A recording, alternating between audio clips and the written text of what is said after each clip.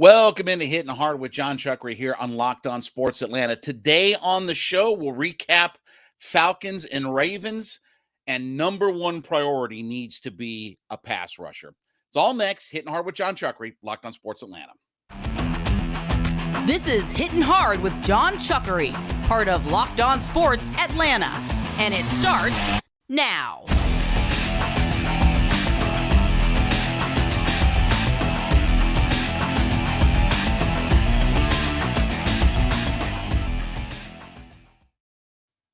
Hittin Hard is brought to you by BetOnline. We ask you to head to youtube.com, put Locked On Sports Atlanta into your search browser. When you get there, hit that subscribe button. We are free and available to download on all of your favorite podcast platforms, including Spotify and Odyssey. Subscribe to our channel there. Roku and Amazon Fire. Yes, we are available on those platforms as well. And at JMCH316 on my personal Twitter page.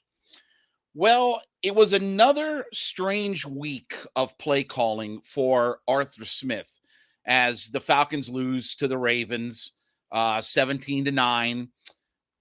You know, I feel like Arthur Smith is a really good play caller, but he's gotten out of what has been his home run groove when he changed quarterbacks. You know, Marcus Mariota. The formula for success was short, quick route, one read throw, heavy run game. You know, there was a formula for success. And maybe Arthur Smith got away from that in the first couple of weeks with Mariota, but he kind of found his groove. Well, it feels like changing quarterbacks has had some of the same effect for Arthur Smith's play calling. For instance, they ran one running play on their first two drives. And Tyler Algier, coming off of 139 yards or whatever he had the week before, he wasn't in the mix. I mean, it was the second play of the third possession before he touched the football. And it just seems odd to me that, and again, maybe Arthur Smith is kind of navigating his way through, because remember the first couple of games with Marcus Mariota, you know, he had threw 33 passes and this, that, and the other, and we got out of the trend of what we would become offensively. And maybe the same thing is happening with Arthur Smith out there. Now, you know, for instance, before the half, he had a couple of really nice plays where he threw a screen pass to Patterson and he threw a screen pass to Algier. And that picked up big chunks of yardage. And it's like, why are we not doing more of that? Why are we not setting our quarterback up to succeed more? And Ridder played well. Ridder after the first quarter played pretty well. You know, statistically, you know, he was fine. You know, and he's not turning the football over. You know, the low snap, I'll blame Dahlman on that. The fumbled snap in the first possession of the game, I'll blame Dahlman on that. And Dahlman has a track record of bad snaps, so I'm putting that on Dahlman. But he hasn't turned the football over. But it just seems odd that the play calling has not found his groove yet. 2 weeks in a row that this has been the problem for the Atlanta Falcons. And offensively, they're mucked up in the mire, you know, just bogged down in the muck in the mire out there. You know, look, the connection between Drake London and Desmond Ridder, it's outstanding. You know, those two are on the same page, and when in doubt, kind of huck it up to Desmond or Drake London. And you saw that there was a big catch by Drake London. But it just seems odd that we've gotten away from where we run the football, come out, pound it inside. And look, even some of the other play calls, running it on the left-hand side of our offensive line, like on fourth down, running it on the left side of our offensive line. The strength of this football team is to run it on the right side of their offensive line. That is still the best play call. That is still the premier play call. When you have to get a couple of few yards, it's still the best play call, running it off to the right side of the offensive line. So it just seems strange. Now, look, the defense played well. Again, you gave up 17 points on the road. And again, a haphazard offense. And, it's not a very good offense. They had a wide receiver score a touchdown on a pass for the first time since week 3 of the season. So, again, their offense isn't prolific or anything, but you figure you give up 17 points on the road, you should come away with a victory in that game. Now, I know a lot of people are going to talk about the grounding penalty before the half, but here's the thing. Okay. Yes, it was a bad call. Yes, it was awful. But when you put yourself in a position, the play would have been to call a timeout, reset your offense. Instead, they quick snapped it, rolled Ridder out, and bad things happened. And that's, again, a play call that went awry. And I was thinking to myself, just when you put yourself in a situation to allow the refs to dictate, if a referee has to dictate your success, then it's a bad play, and it's a bad play call. And that was again, mind-boggling, is probably the right term for this, that he would call that kind of play knowing that you have a rookie quarterback, you had a timeout to spend, and then you end up, kicking a field goal, selling for a field goal. It just was an odd circumstance. But again, when you put the game in the hands of the officials, you're going to be gravely disappointed. So again, it's another week of offense being bogged down. I'll chalk it up to Ridder and Arthur Smith just kind of getting into their home run groove. Maybe it's going to take a few more weeks. Maybe being at home for the last 2 games of the year maybe calms him down. I don't know, but Ridder played pretty well. And it's a scenario where the offensive play calling has let Desmond Ridder down over these last couple of weeks. I want to talk about my friends over at BetOnline. Listen, BetOnline.net is your number one source for all of your sports wagering information. Look, it's really simple. You put in BetOnline.net on that mobile device, right? You carry it around everywhere.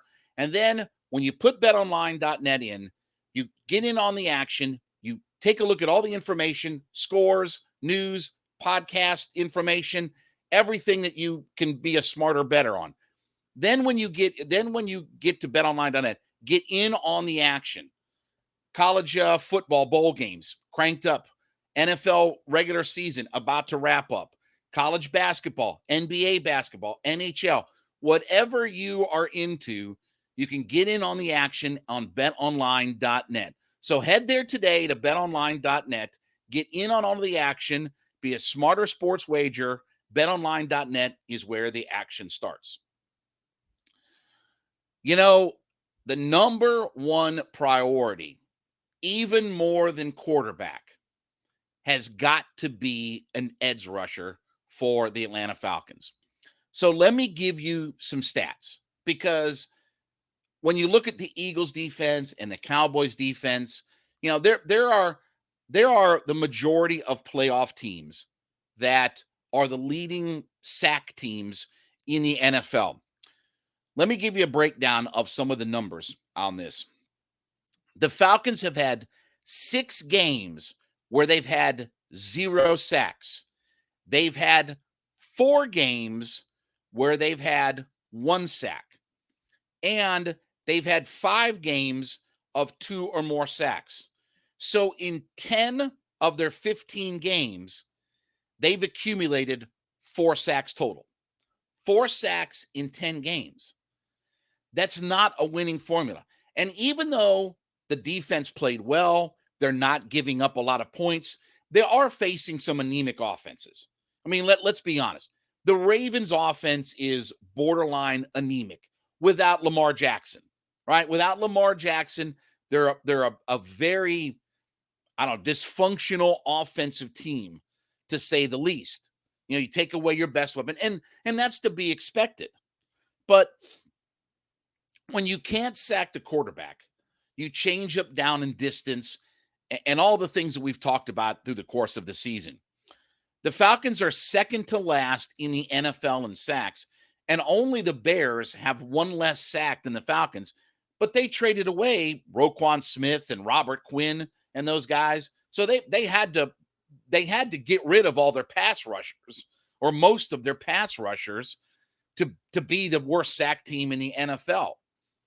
So when it comes to the draft, even prioritizing over quarterback, because I realistically think that they'll give Desmond Ridder a chance to start in the regular season and then sign a veteran quarterback. When you have a rookie first or second year quarterback, you typically sign a veteran to back them up. Okay. I mean, you typically sign somebody with more experience or can start a couple of games for you. But I think that they will stick with Desmond Ridder, and I think that they will sign a veteran backup. Number one priority, running back. Even I've seen Bijan Robinson and names like that. They have got to find a guy to sack the quarterback.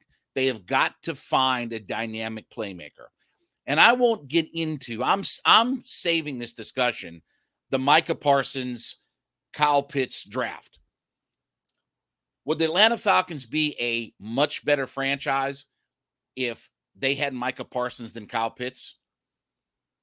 Yeah, but we'll get into that in another point in time, that discussion. But you have to find a dynamic pass rusher. You have to find. Look, if it comes down to a Stroud or a Bryce Young or a Will Anderson, I still draft Will Anderson. I still draft a Will Anderson type of player, because he can change up immediately the effect of the game. And you see with Desmond Ridder, and look, they're going to give Desmond Ridder a chance to start next year. A quarterback isn't going to play right away. Having a rookie quarterback and then a second-year quarterback on the roster as your top two guys isn't a formula for success. But if you have a dominant pass rusher, if you have a Myles Garrett and a TJ Watt, you can influence the outcome of games directly. You can change up the dynamic of games. And look, a play here and a play there, a big sack here and a big sack there could have changed up the dynamic of that game, because the Ravens offense wasn't very good. The Ravens offense wasn't dynamic or anything like that. And we faced a lot of non-dynamic offenses. So top priority has to be a pass rusher, a get home, big time pass rusher, a big time get home guy to change up the dynamic of this team. With all the other needs that the Falcons have out there, if they can get that dominant guy to be on the edge, they can, outside of quarterback, they can influence the game the most. Your quarterback influences the game the most.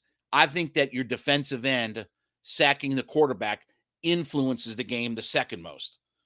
So if you're not going to draft quarterback, and most likely they're not, then get that edge player to be the dominant force on the defense, coupled with Taquan Graham, Grady Jarrett, Ebiketie. You have some guys up front on your defensive line. Now you need that big time home run hitter. Now you need that big time guy that can come in and regularly get you 10 or 12 sacks. All right, we want to thank you for making Hittin' Hard with Jon Chuckery your first listen every day. Check out Locked On Sports Today, their podcast, the biggest stories of the day, instant reactions. big game recaps, and the take of the day. Make that your second listen every day. We ask you to head to youtube.com, put Locked On Sports Atlanta into your search browser. When you get there, hit that subscribe button, leave us a comment. We are free and available to download on all your favorite podcast platforms, including Spotify and Odyssey. Subscribe to our channel there. Roku and Amazon Fire. Yes, we are on those platforms. And follow me at JMCH316 on the Twitter page. This has been Hittin' Hard with Jon Chuckery, Locked On Sports Atlanta.